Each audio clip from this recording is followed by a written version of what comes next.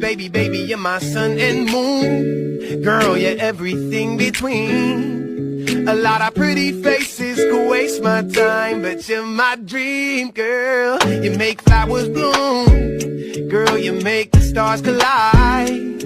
And I don't know what I did to get lucky like this, but it sure feels. Kami dari Universitas Riau Kepulauan, jurusan Pendidikan Sejarah, ingin melihat langsung Pulau Boyan yang mana menyimpan banyak sejarah di era penduduk Belanda pada masa silam.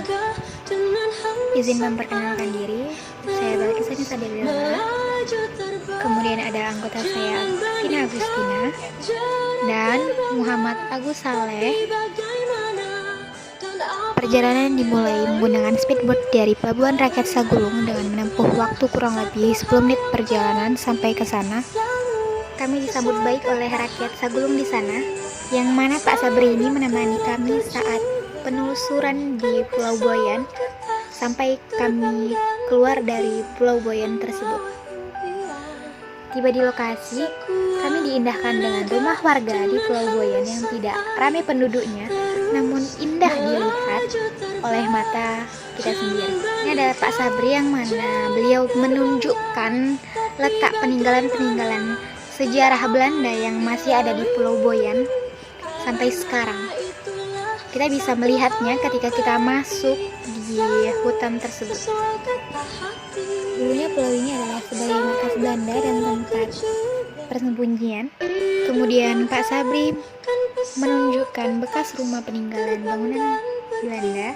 Kemudian kita melangkah sedikit, kita melihat bekas penjara atau pondasi penjara. Menelusuri jejak peninggalan Belanda di Pulau Boyan Batam, kita dapat melihat pemakaman yang sudah beberapa puluh tahun yang ada di situ.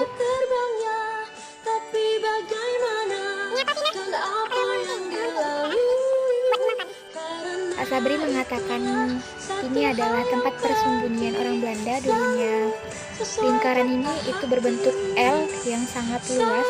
Betulnya Pak Sabri bakalan melihatkan kepada kami terowongan peninggalan sejarah, namun di situ terdapat banyak sekali pepohonan yang tidak dapat kami lewat. Namun di sekitaran situ kita juga sudah dapat melihat serpihan-serpihan bagian Belanda, sumur yang sudah ada pada zaman Belanda.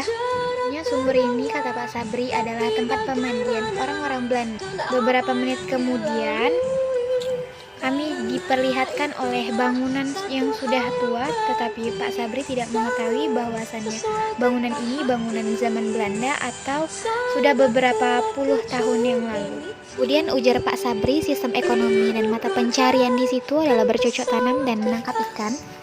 Di sini kami belum menemukan cagar budaya lain yang mungkin belum ditemukan.